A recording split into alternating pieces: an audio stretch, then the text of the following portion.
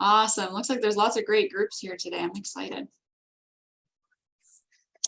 Okay, well, I figure we may as well get started. I'm Alexa Maffezali. I'll be your presenter today. I'm our communications coordinator here at Loras. With me on screen, you see Loren Haladi as well. She's our communications manager, and she's going to help me filter all the questions that I'm sure you guys are going to be sending in the chat. And then we also have Ms. Hanson over here as well. She's another moderator. She is our new education coordinator. So if you come here for an in-person tour this year, which we're finally reopened for, you will be with Ms. Hanson. So this is a great way for her to see what we've been up to the last 2 years when we've been just virtual. So we're excited to have her here today. Absolutely. So happy Waste Reduction Week. I am so excited for you guys to be here. This is our 4th virtual webinar.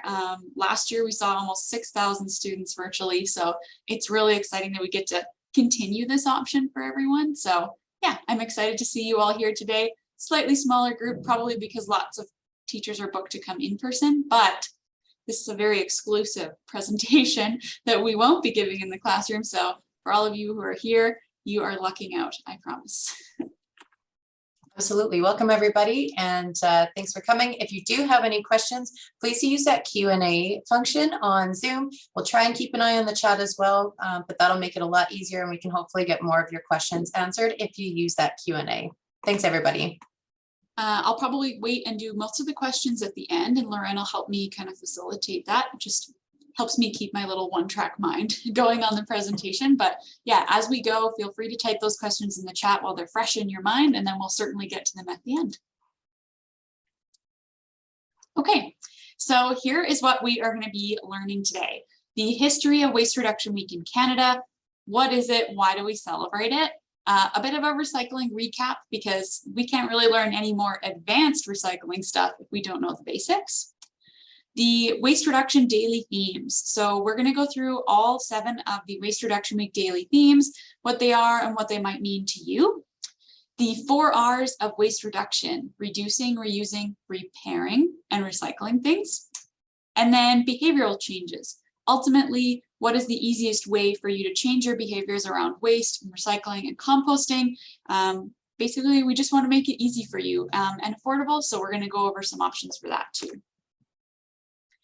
First up, our recycling recap. I love this picture. This is Carlo. He is one of our line sorters. He loves having his picture taken, and why wouldn't he? He's so photogenic.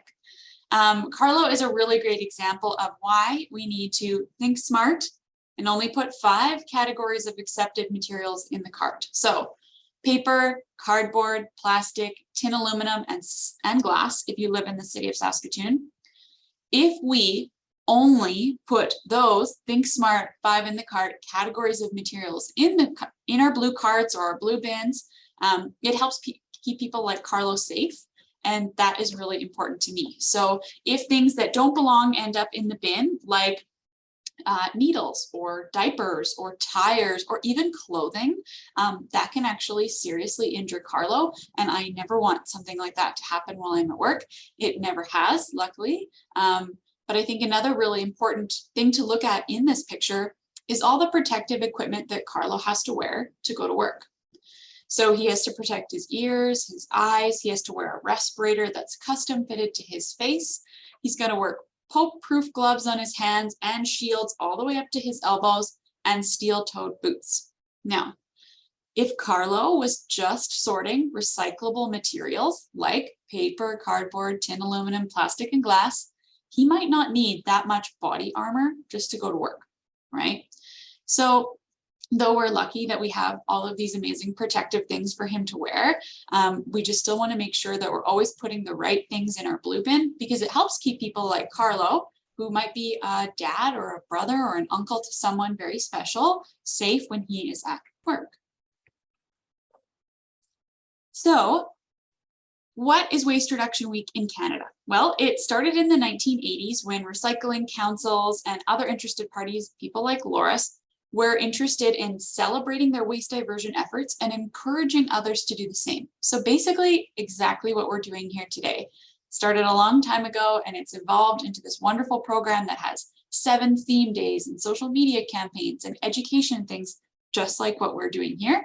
So we've come here together today to celebrate our waste reduction efforts and to learn about new ways that we could be diverting waste, and just in general, to have some fun with like-minded people about recycling. So now I'm going to start on the 7 theme days of Waste Reduction Week. And our first one is called Circular Economy. And gosh, that sounds a little complicated. So I have a really nice and easy way of explaining it on this slide here.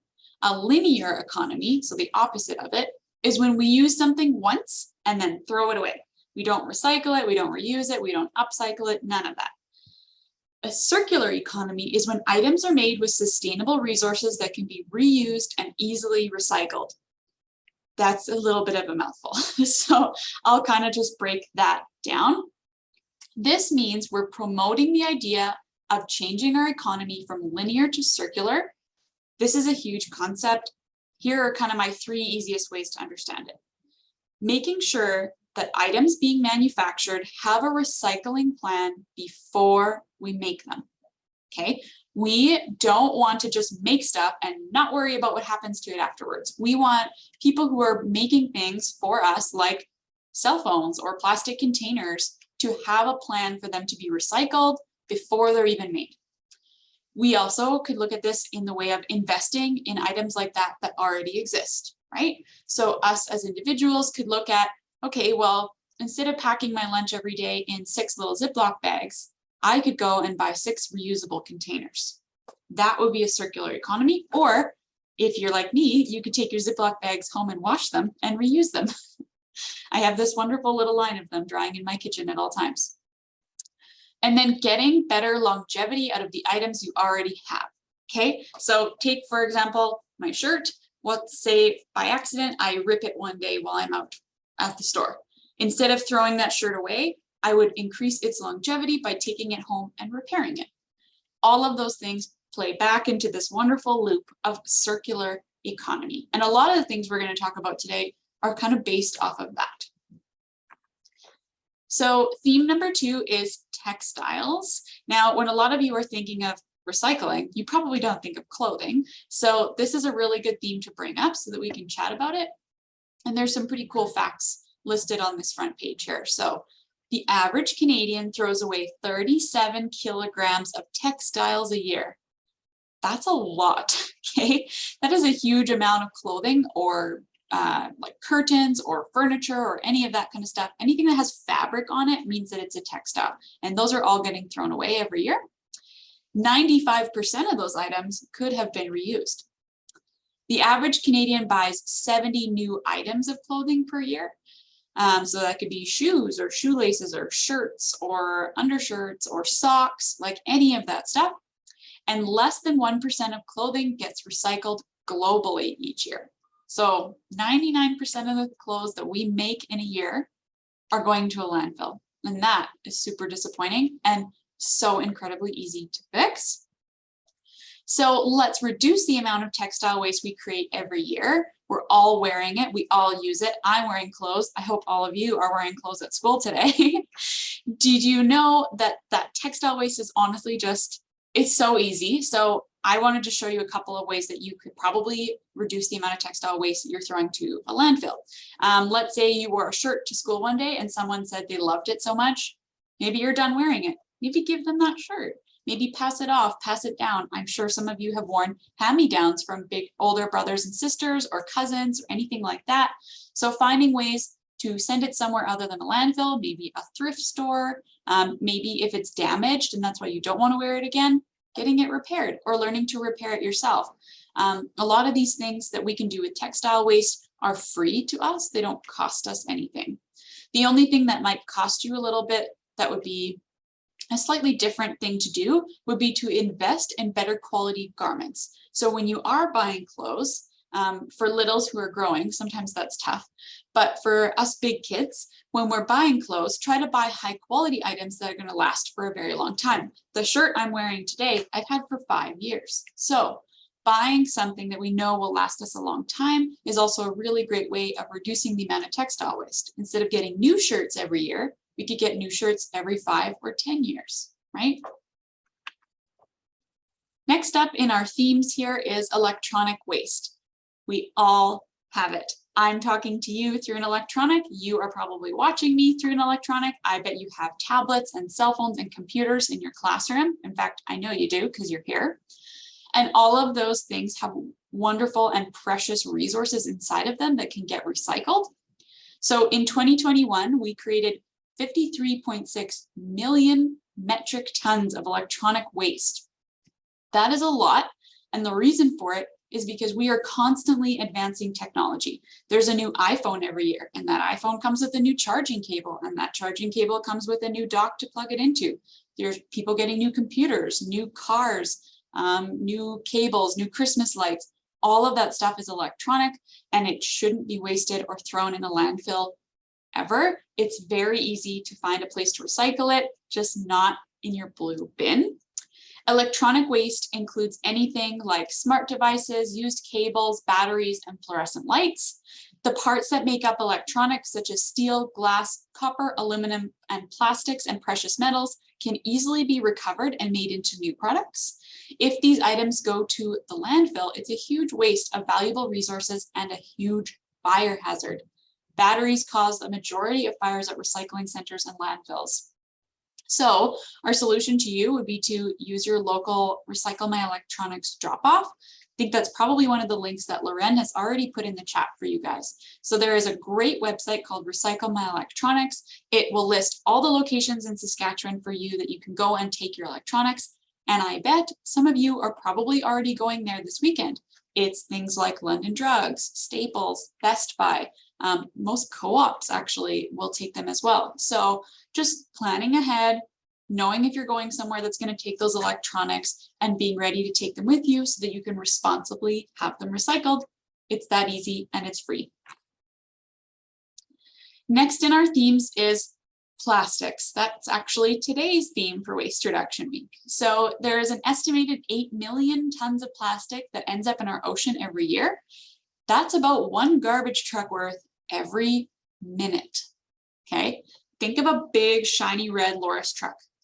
Every single minute that's passed, one of those is getting basically dumped in the ocean. So it's been 15 minutes since we started. There are 15 garbage trucks worth of plastics that got put into the ocean when they could have so easily been recycled instead. Everyone has a role to play in reducing plastic waste and tackling plastic pollution. Government, companies, recycling industries, and consumers. So what does that mean? That's a big one. In terms of each of those, like the government has a role in things like maybe creating a single-use plastic ban, which we're seeing in Canada right now. Companies, they have the responsibility of creating items that have a recycling plan for them. The recycling industry, like us here at Loris, have the responsibility to make sure there's somewhere to send those materials to. And then as consumers, we need to be responsible for the things that we are purchasing, right? When you're going to buy something off the shelf, take a look at it, flip it upside down, make sure it's got that recycling symbol and the number 1 to 7 in it. That is going to make sure that you know it's recyclable. Since the 1950s, 8.3 billion tons of plastic have been generated, but only 23% of them have been recycled or recovered. This is really sad, especially actually I was looking at the statistics in Canada this morning. Only 9% of plastics in Canada are recycled every year. That's a pretty small number, and I know we can do so much better than that. And the fact that you guys are here today learning means that you're going to, and I really appreciate that. We can make simple changes in our everyday life to reduce our plastic footprint. Every action that you take counts. So how can you as an individual combat this? Make sure that if you have a piece of recyclable plastic, it gets recycled. Buy items based on their recyclability. Try to only buy things that are recyclable, refillable, or reusable. And if you have a non-recyclable plastic, like say a black takeout container that you might get from Skip the Dishes, reuse it, reuse it, reuse it, reuse it. I reuse those containers for my lunches. I think I've maybe gotten 2 in the last year, but I've probably reused them 100 times. They last a really long time. You can keep reusing them. Actually, I upcycled one that had kind of been done for food use the other day and used it for paint when I was painting my house. So there's so many different ways that we can reuse a plastic or upcycle it into something else rather than throwing it out if it's not recyclable. Okay. Next step is food waste. I feel like this slide got a lot of eyes last year because there's some big numbers here. Okay. So we do waste a lot of food in Canada every year, but every day, these are the things that we are throwing out. 470,000 heads of lettuce, 1.2 million tomatoes. Think of all the spaghetti sauce that could have been made with those tomatoes. I love spaghetti. It's so much wasted spaghetti. 2.4 million potatoes. Potatoes are so easy to keep. They last months in cold storage or in your fridge if you can. There's really just no reason we should be throwing away all of this food. As you go down this list, there are so many things that just could have been composted. We are very lucky here at Loras. We have a commercial composting facility that takes all of these items and then some, like meat and dairy as well. So finding a place for your food waste might be a little trickier. If you live in Saskatoon, there are green carts coming to you next year. If you live outside of Saskatoon, you might already have a Loras Organics cart. We really hope you do. It's an awesome program. The average landfill is filled with 40% food waste. 40% of the average landfill is just food. And that could have all been sent somewhere else. And as it sits in a landfill, it's creating greenhouse gas emissions. If it went to a compost, it wouldn't. So finding new places for your food waste is really important. Here's a couple of things that I would suggest to help you with that. Planning your meals and making a grocery list. Now, this is something I felt I had to practice before I preached it. So I have sworn off of takeout completely this week because I wanted to make sure that this was actually doable. I planned all of my meals. I went to the grocery store once on Monday and I bought everything I needed. So not only am I making less useless trips to the grocery store to buy things that I also probably don't need, I've made one thoughtful trip. So that's less greenhouse gas emissions from my car as well. And I've planned all my meals, so I wasn't buying excess food that wasn't getting eaten. Storing our foods properly is also important. So making sure that fruits and vegetables are staying nice and cold so that they last longer and you're not throwing them out. Getting creative with your leftovers. I know sometimes leftovers really suck, but you can get creative with them. You can refry it, you can reheat it, you can add a different flavor to it. Do your best to not throw out leftovers. Think about the expiry dates in your fridge, making sure you know what's in your fridge and when it expires so that things aren't going bad. And then at the end of that, composting any leftovers that you may have. So use your local resources like us at Loras Organics, the city composting yards, your own composter. Basically, all you got to do is take one more step in between your fridge and the garbage to a compost situation to reduce the amount of stuff going to a landfill. So sharing economy is theme number 6. I hope everyone here has heard the phrase sharing is caring, because it absolutely is. If you have something that your neighbor or your friend doesn't, and you're willing to share it with them, do that. Just this weekend, I shared our ladder with our neighbor so he could clean his gutters because he didn't have one. So sharing things like tools, sharing things like vehicles, like clothing, like shoes. I'm sure some of you will want to go to a formal dance and you may have really liked a dress your friend wore to the last one. Ask if you can borrow it rather than buying a new one. The less items that we're buying in excess that we may only use once a year or once ever, the better. So try to find something that you could borrow from a friend, or some local libraries actually have tools that you can borrow, which is really cool. So check with your local library. If they don't have something like that, maybe start one. Maybe this is your opportunity to think ahead and to help your community by starting a library of stuff that you can share. And that kind of leads to our next slide here. So we do have something called the Library of Things here in Saskatoon that you can go and rent from. And they've got all sorts of things like shovels and power tools and rakes. And even, I'm not sure if they do, but I know some libraries of things will have party decor. How many of you have thrown a birthday party and spent so much money on decorations and then thrown them out? You can, yeah, Loren's done it. I actually think I have too. Having said that, here at Loras Recycle, we have a reusable set of birthday decorations, which, you know what you're getting on your birthday, which is fine. But you could totally be renting things like decorations rather than buying them and throwing them away once. I cannot tell you how many Monday mornings I get here and our glass bin out front is filled with vases from a wedding that were used once. Okay, we can certainly be renting and sharing those items quite easily. I am going to share a super quick video here about repair cafes. So repair cafes are also something that's really neat. Basically, if it's broken, that doesn't necessarily mean it's garbage. We can absolutely repair things. We can restore things. We can get help with that. And we can get help with that for free. Okay, so we actually have repair cafes all over Saskatchewan. I've shared this one that's happening in Estevan, just so you can kind of see what you'd be looking for on social media. This is their logo. You can find information about them on the SWRC's Facebook page.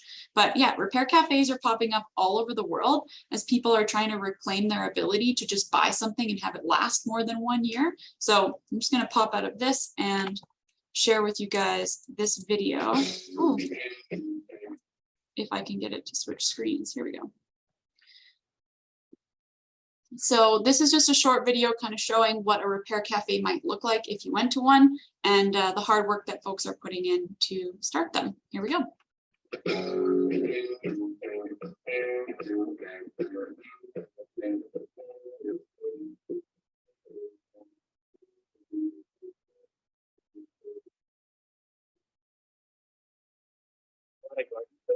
But you know, I put it home to the experience.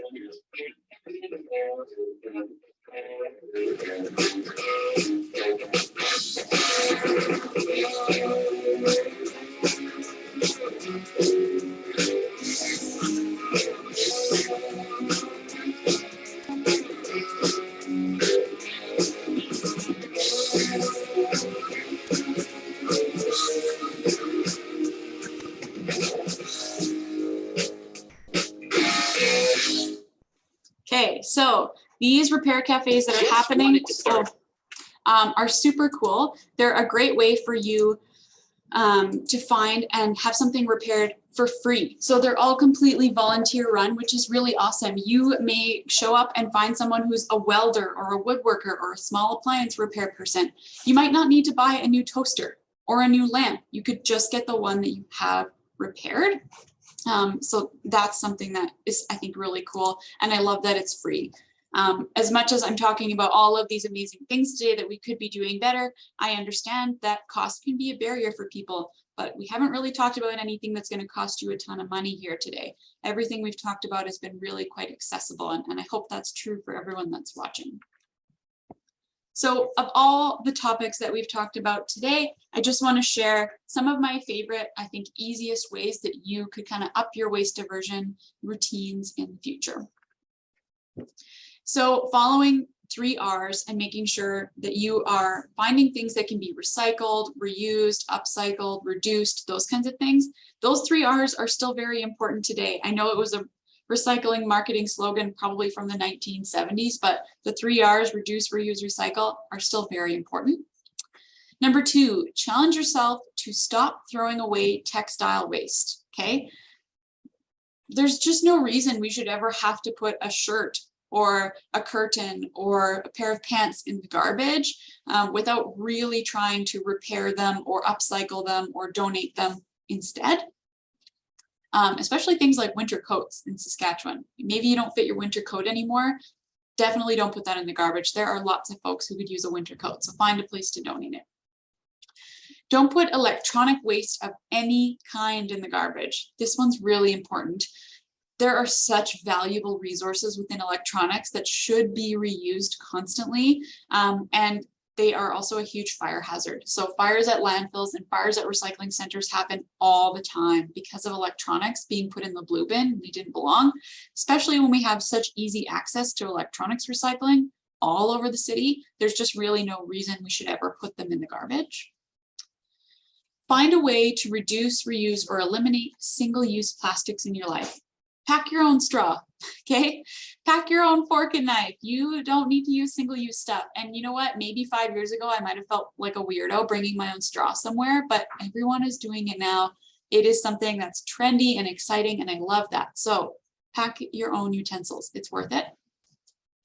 Do your best to meal plan and only buy the food you need. I know it's tempting to beg mom and dad to buy chips every time you go to the grocery store, and a treat now and then is fine. But let's make sure that the things that we do buy are getting eaten or composted and not thrown away in the garbage. And then share and repair whenever possible. Sharing is caring. That's like easy, right? If you have something that your neighbor or your friend doesn't, do your best to share it. Do your best to share your resources, and others will do the same for you. They will make sure that when you need something, they can make it accessible to you. It's easy to do. It's free to do. And yeah, it just couldn't be a more easy resource. Share. If you have too much of something, share. If you don't have enough of something, ask a neighbor. See if you could share your resources. That's endless, from clothing to food to tools. We can all be sharing more stuff. Okay, and with that, I think we'll go to our questions. I see Loren's kind of been Mad Hatter typing over there and looking at the questions. So Loren, if you want to unmute, you are welcome to start asking me any of the questions that have come through. You know what? I haven't had a single question come through yet. So what I'd love to do now is first give a big thanks to Alexa for the great presentation here. I was going to ask everybody to unmute and clap, but I have a feeling that that's not possible on this. So I'm just going to assume that you're all clapping really hard in your classrooms, because that was great, Alexa. Thank you so much for all of that information. I'd like to ask all the students here, anybody who's participating, if you do have any questions, please feel free to fire away, either in that Q&A section or into our chat here. We'd love to hear if you've got any questions or inquiries, anything you want to ask Alexa about recycling in general, or anything that she's talked about today. We'd love to hear if you've got any thoughts or any inquiries about what you can and cannot recycle, anything about repair cafes or the different programs that she's talked about here. We'd love to hear from you guys and see what you're doing, or if you have any anything that you're doing that has to do with recycling or repairing or upcycling. We'd love to hear those examples too. We do have one question that's just come in here from Amber. She's asked, what's the weirdest thing that someone has recycled that you've seen? We get this question a lot, and I always feel like it changes. But Alexa, you go ahead, and then I'll say too which one that I've seen. Yeah, I think a couple of favorites that stand out for me would be a couple of bowling balls. So like the big ones with the finger holes, like the ones that are made of, I think they're marble. We got, I think, 2 or 3 of them in one day. I'm about 30 feet from where our drum feeder is that collects all that material. And wow, when those things hit the drum feeder, it sounded like a bomb went off. It was really loud and super scary, and we had to shut everything down. And lo and behold, when we got to the bottom of the drum feeder, it was a bowling ball. Another one for me is the set of gold teeth. So someone's like little, I don't know what you call them. It's not a retainer, but like a set of false teeth that kind of click in across the line, and they were really gross. And then lastly, I think we often will see things like wallets or driver's license that accidentally get put in the bin. When that happens, our staff will grab them and we try to get them back to their rightful owner. So someone came running downstairs one day with a driver's license, and it was for Elvis Presley. It was not a real driver's license, but we've kept that one. It was pretty special. The Elvis license, I would say, is one of mine. I'd also say the giant Ninja Turtle costume that we had. Oh, yeah. So just as a reminder, your Halloween costumes, if you're all finished with Halloween here in the next couple of weeks, those are textiles and they are not recyclable. So please do not put them in your blue bin. But yeah, the Elvis license, that one was a very funny one as well too, which I think not too many of you guys might know who Elvis is, but he was an old singer back in the day. Another question came from Danielle here. Are things like slime recyclable? Ooh, slime is a no, unfortunately. And that's one of those things too that's really tough, because it's so fun to play with and like we all want to buy it, but there's really nowhere that it can go other than the garbage. Having said that, I would encourage you to do some research on if you can make slime out of like organic goods. Like I think some slime recipes you can make with things from around the kitchen, like oil or dish soap or baking soda or something like that. So see if you can home make the slime and you know it's made out of like edible goods, I guess is the way to say it. You could probably compost it, but the like glycerin style plastic with glitter in it kind of stuff you get at the store is sadly, it's not recyclable. I think you can make your own slime or even Play-Doh with like cornstarch. There's, I Yeah. think, lots of recipes online, so you could have a lot of fun making your own slime with a little bit of food coloring and cornstarch, and make it that way. That would be like a But really fun Christmas gift to make for your friends too. Making some Yeah. compostable slime you could give them. That would be neat. yeah, great question. Another one here came in from Emily. She's got two. We'll start with the first one. What would be better to use, reusable straws or paper straws? Both good options. I'm gonna say reusable, because the paper ones, you know, they're gonna get kind of like, just from my own use, like I prefer to use the reusable ones because I know I'm probably gonna get hundreds of uses out of them. Well, I guess that's really tough because at least the paper ones, you know, could be composted. Whereas if you were using like a silicone reusable straw, that's the end of silicone's life. But if you had a metal reusable straw, you could recycle the metal straw when you were done with it. I guess it depends on the type of reusable straw, but I would say a metal reusable straw or a paper straw would be your two best options because they could at least be recycled or composted. Next question from Emily, and it's a big one here. Why is greenhouse gas bad for the environment? That is what is causing that big global warming we keep hearing about. It's what greenhouse gas is doing. It is depleting the ozone layer of the earth, which is what keeps us protected and oxygenated down here. So we want to do as little releasing of that as possible. Alexa, can you recycle pizza boxes? Oof. Okay. Yes, you can recycle pizza boxes if the bottom part of the box is like totally saturated in cheese and grease. And I don't mean like a couple little spots. I mean, it's like wet to the touch.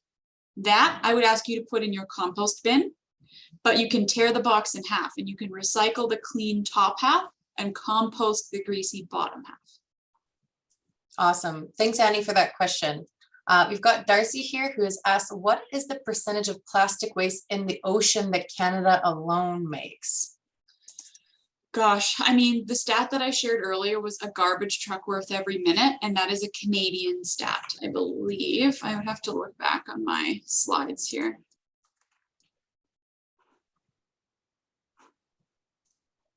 No, that might be globally. That it's because it doesn't say Canada specific. So I can't tell you for sure how much of it is coming from Canada, but based on the fact that Canadians are only recycling 9% of plastics, I'm going to assume we are playing our fair share in that.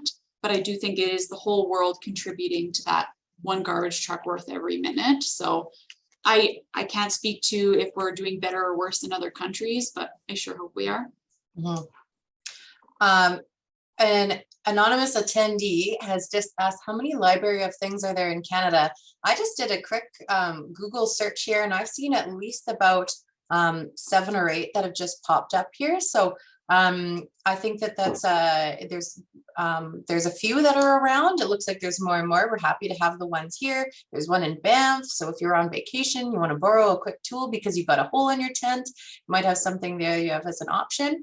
But I'm not sure of the exact number. And I don't know, Alexa, if you've got that number off the top of your head either. No, I don't, but I do know that public libraries are also looking at adding that into libraries now too. So maybe checking with your public library and asking like your branch if they have one, or if they're thinking of getting one, something like that, I think is always worth asking because your library doesn't know you want it unless you ask for it. So something like that, I think advocating for yourself and asking, but they seem to be popping up everywhere. And like I said before, maybe there isn't one where you live. Maybe this is your calling to start one. Jody is asked here, can we recycle wood cupboards and furniture? You can't recycle it, but you could compost it. So if it's not like a specific, if it's not soaked in certain treatments, most wood can be chipped up and then composted. Or if it's something like you are redoing your kitchen and you gently removed the cabinets and they're all still intact, you can take them to a place like Habitat for Humanity or even Village Green Furniture and donate them. And someone who needs a kitchen might be able to buy it for a much reduced price or have it given to them. So I would try to, when it comes to wood or furniture or stuff like that, try to donate it first if it's still in usable form. If not, you could certainly take it to like our landfill, to our transfer station, to the clean wood pile, and that can either get used as compost or as we need it around the landfill for building infrastructure. Mhm. Zahab from grade 4 is asking, how do you dispose of a banana's peel? Ooh, that can go in your compost. That's an easy one. That's a very simple thing to get rid of. I'd put it in your compost, or if you have a vermicomposter with worms in it that likes to eat fruit and veggie scraps, a vermicomposter could take that too. Amber's coming in with another question here. Great job, class. How many recycled products do you see on average in one day? Oh. Well, here at Laura's Recycle, we process 150 tons of recycling every day. That's about the same size as a blue whale or a 747 jet. So a pretty massive amount. I would think it's in the millions of items per day. Mm-hmm. Annie's got a question here. Is it true that the black plastic containers cannot be recycled? Mhm. Yeah, and I can explain that a little bit. So once a plastic has been colored, it cannot be uncolored, which makes it undesirable for plastics recycling plants, because if they're trying to make green for a Tide detergent bottle, they're not going to buy black to use for that, right? The other thing is that as plastic gets color added to it, it degrades the plastic's quality, and it no longer can hold a strong polymer bond with so much color in it. Lastly, black is the cheapest plastic. So when it comes to things like takeout companies wanting to buy for their containers, they aren't looking at investing in something that's reusable. They're just looking at getting the cheapest possible option to ship their item in. So it's a little bit of industry and a little bit of money kind of involved in that, but essentially it's just not recyclable due to the pigmentation of the plastic. And you gave a great example of how to reuse those containers rather than recycling them so that they have a little bit of a longer life. So there's some options there. Emily has asked, are markers recyclable? They are, if you take them. I believe Staples still accepts them, and I think that London Drugs might as well. That's a great one you could look up on the SWRC's website. So the Saskatchewan Waste Reduction Council has a search engine where you can say where you live in Saskatchewan and what you're trying to recycle, and they will tell you where to take it. Loren put the link for that in the chat. So if your class is looking at something like that, you could certainly scroll to the top of the chat and find it, but it's just swrc.ca. And I believe that they're going to tell you markers can go to Staples. I'm not 1000% sure how Staples recycles them. I believe they have their own recycling program for it. Awesome. Another question that's just come through here. What is the largest thing someone has tried to recycle that you have seen? Oh, I don't even know what to call it. I think it was like a steel I-beam for like the roof of a factory or like a warehouse, like a big beam from the roof. Somebody had put that in a bin, and boy, did it cause us some issues when it got here. Other things that are quite large that we get that are quite cumbersome actually are boxes from furniture. So like a large box from a refrigerator or a washer dryer or a chair or something like that. Big cardboard kind of gets jammed in our equipment and it can easily hurt our staff. So big items, yeah, I think maybe bowling balls, like heavy items are kind of, you know, obviously things that shouldn't be recycled. But I think that big I-beam, it was like several hundred pounds. We had to use equipment to get it out of the drum feeder. Yeah, it's important to remember these are household items that you should be recycling, and they should fit that Think Smart 5 in the cart category. So you don't want to have a big giant box sticking outside of your blue cart or a blue bin. We want to make sure that it's chopped down, cut down if you've got a cardboard box, make it a bit more reasonable and small. You can also fit more in if you do flatten your cardboard or cut it down to a smaller, more reasonable size too. Another question that's just come through here. Do you ever see people that recycle weeds or grass? Definitely, especially in the fall, right? Right now, people are raking up their leaves and cleaning their yards and stuff like that. And they do what's called wish cycling, where they wish for it to be recycled. So they just put it in the blue bin and hope that that happens. But that's actually super disappointing for us because quite often those bags will break open and all of that yucky yard waste gets all over the clean recycling and ruins it, and we have to throw it out. So if you want to compost your yard waste, City of Saskatoon green cart or a Loris cart. If you're outside of Saskatoon, you can get, or you could drive it to Loris Organics, drop it off at our like customer use station or to a City of Saskatoon compost yard. There are some definite easy to access options for stuff like that. Absolutely. And you know what? That actually answers our next question here from Rabia about how do you decompose without a decomposer? So if you don't have your own compost system or a green cart, Alex has just given some really great ways there. They've also asked, why is recycling good? Recycling is good because it helps us keep our natural resources in play. So everything that you can recycle has been made from a natural resources, right? Paper comes from trees, cardboard comes from trees, tin and aluminum come from ore, which comes from the earth. Plastics come from oil, which also comes from the earth, and glass also comes from the earth. So when we make something out of a tree, if we were to cut down a tree, make it into paper, use it once and throw it away, that tree just died for nothing, really, because every time we make something new, we are slowly depleting a natural resource. So we want to continue to reuse and recycle that and reduce the amount of natural resources we're using. Recycling is the main way to do that, really, is for us to make sure that all the natural resources we do use will get recycled and reused, so they're not just used once, because that would be a waste of a natural resource. Absolutely. Another great question that's just come in here. How do you dispose of dangerous stuff like needles and weapons? So our staff are very well trained in that. If they see something dangerous, they actually have an emergency stop button that they press, and that item will get safely removed off of the line once it's stopped moving. When it comes to needles, they actually have little grabbers that they pick them up with, and all of our stations have a sharps box in them that they get put into. We get about 8 40-gallon pails of needles every year. It's a very shocking and very dangerous amount. Dangerous items, I believe you said weapons. If something like that comes in, we pull it off the line and put it in a lockbox, and we call the police and they come and dispose of it for us. Yeah, that also answers, I think, another question that came in is what's the most dangerous item in the line? But you've just described a lot of them, and anything I would say that can harm our staff, I would view as the most dangerous. And so kind of grouped in all together with that one. A question has just come in. Can you recycle masks? No, that's a good one, because I guess, you know, masks, right? They are, they're made of paper, right? We know that they are, but this paper is not recyclable. Number one, you can't rip it, right? I can try as I might, but this has lots of layers in it. So if you can't rip it, you usually can't recycle it. Plus, this is dirty, right? Recycling needs to be clean in order to be recycled. And once you've used a mask, it is dirty.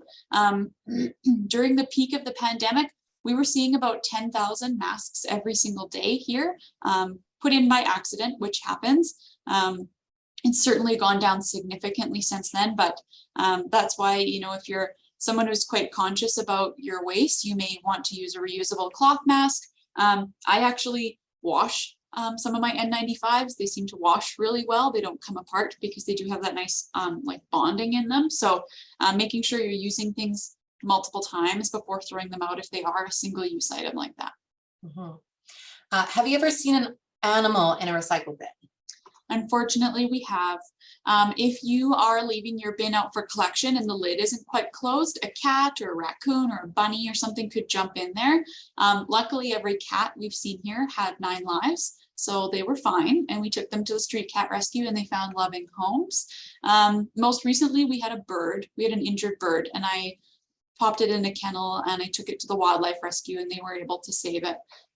But yeah, it's important that we keep our recycling bin lids closed so that they don't attract any animals, and also making sure the stuff we put in them is clean, right? We want to rinse milk out of a milk jug, tuna out of the tuna can before putting it in your cart so that it doesn't attract animals. Excellent. One of the questions that's put forward from Danielle is how many recyclables end up in the garbage each day? And so a bit of information on there that came through here from another panelist. About 86% of Canada's plastic waste ends up in the landfill. 8 to 10% is recycled. And some of that is burned in incinerators, which also contributes to that climate change and air pollution that Alexa was talking about, or end up as in the environment as litter. So seeing that waste that's on the ground or recyclables that are on the ground that just didn't end up in any of those locations. In terms of the question of how much of the recycling is garbage each day, we actually just did an audit and we were at 14%. I would say it ranges between 14 and 25% depending on the day. For the amount of waste that's in our recycling. Yeah. Another question that's come through, are books recyclable? They sure are. If it's a hardcover book, we ask that you separate the hardcover from the pages. Having said that, if the book's still in readable form, I would much rather see you donate it to a library or a secondhand store or a children's home or something like that who might need the book. Yeah, I think the Saskatoon Symphony Orchestra takes used books at one of the locations as well too. So lots of options that are there. And other questions come through very similar to can markers be recyclable, but used pencils or pens, can they be recyclable as well? Yeah, as long as you're taking them to Staples to have them recycled there, they certainly can be. Okay, we've got another question here. What do you put your compost items in before you put them in the bin, or do they just go directly in it? Great question. Yeah, some people might get something that's called a kitchen catcher, which is kind of just like a little tin that sits on your counter at home. Usually has a carbon filter in the top so that you don't smell all the food waste in there. So something like that, if you don't want to walk out to your compost bin every time. Other than that, you might be able to get compostable plastic bags you could keep stuff in. Some people will get a garbage can that has like garbage, recycling, and organics in it. So you can have all three in different bags and you just take them out when they're full. There's lots of different options there for you for sure, but I'm sure all of you littles probably get frequently asked to take things out to the bin. So really, I think that's probably your job. Yeah. And can you recycle artificial leaves? No. So any kind of like plastic flowers or leaves or wreaths or anything like that, I would definitely prefer to see you donate somewhere because they aren't recyclable and we don't really want to send those to the landfill either. Yeah. Emily has asked, can you recycle used currency? So ripped cash that's not usable anymore. I would say take that to your bank because they may replace it for you for one that's not ripped. Another question's come through here. Where do you recycle large appliances like fridges or stoves? That kind of depends. I would say probably somewhere like BN Metals or Inland Steel would take appliances. I recently had one that I got rid of, but I gave it actually to a repair person who used it for parts. But if that hadn't worked out, I was planning to take it to BN Metals. You might get some money for it depending on what it is too. So something like that could be a good option for you. How much paper is recycled per day? Oh, that depends because sometimes we get trucks of shredded paper and other days we don't. I would say probably 10 or 15 tons of it per day through here. How many compost yards are in Saskatoon? I think there's 2 that are run by the city and then ours that's just outside of Saskatoon. So I think you're looking at probably 3. Perfect. And can items with things like acrylic paint be recycled? Likely no, just because it is having that chemical layer added to it. It would depend basically what it is and how much paint is on it, but I'm going to say probably no. Okay, Jenna from the city has just given us a really great resource saying that for arts and crafts supplies, we've had a lot of questions about markers or pens or pencils or now with paint. If anything is still in good condition, there's a new reuse store in Saskatoon called Nefilibata. And I'll put that in the chat as well too, that accepts this for others to reuse. So what a great way to pass on some of that gently used items that you may have. And if you're big into arts and crafts, then maybe checking out for yourself too. If there's anything, if you just needed a little bit of paint for a project, you might get lucky there too. So thanks, Jenna, for that one. Can we put our compostable bags into our green bin? You should be able to, yes. Sometimes it depends on which program you have. So I would check with who you have a program with first. I know the Laura's program does, but I can't speak for the one in the city. So I would just double check with whoever you have your compost cart with, and that's how you'll know. Perfect. Do people recycle forks and knives in the recycle bin? Yeah, sometimes they do. Technically they're metal, so I mean, I guess you could, but it's not something that we are looking to collect. What happens if a recyclable water bottle is put in the recycling and there's still liquid in it? Ooh. In the summer months, that's fine, because we can just go and dump it out. We don't want to do that. We certainly want things coming to us that are clean and empty and dry. In the winter, it is a problem because they're frozen and they expand and they crack and they make all sorts of messes. So I would certainly say when it comes to us, if we can dump it out, we will. But if it's frozen, often it has to go in the garbage because we can't hold on to 6 months worth of frozen stuff. We also would not like to have the caps on those bottles as well, too. Amber's asked, can broken wheelchairs or crutches be recycled? Not in your blue bin, but that's probably something you could use the SWRC's website for. You could search up where you could take something like that because they may be able to use it for parts somewhere. They may be able to repair it. So I would definitely check with the SWRC about that. Okay, got 2 more questions coming in and I think we'll wrap things up here. So last call for questions if you do have any, but there's one question. Do people recycle cat litter? Ugh. Not often, and I really hope they don't start to. Yeah, it's not recyclable. And then a final question here. Can I recycle my bookmark? If it's made of paper, yes. If you can rip it, you can recycle it. If it were like laminated, I'd have to say no. Okay, I think that's all the questions that that we've got here today. So thank you so much, everybody, for asking and inquiring and continuing to learn here. And thank you to Alexa for answering all those questions for us. Super, thanks for coming, you guys. Have a great rest of your day, and thanks for joining.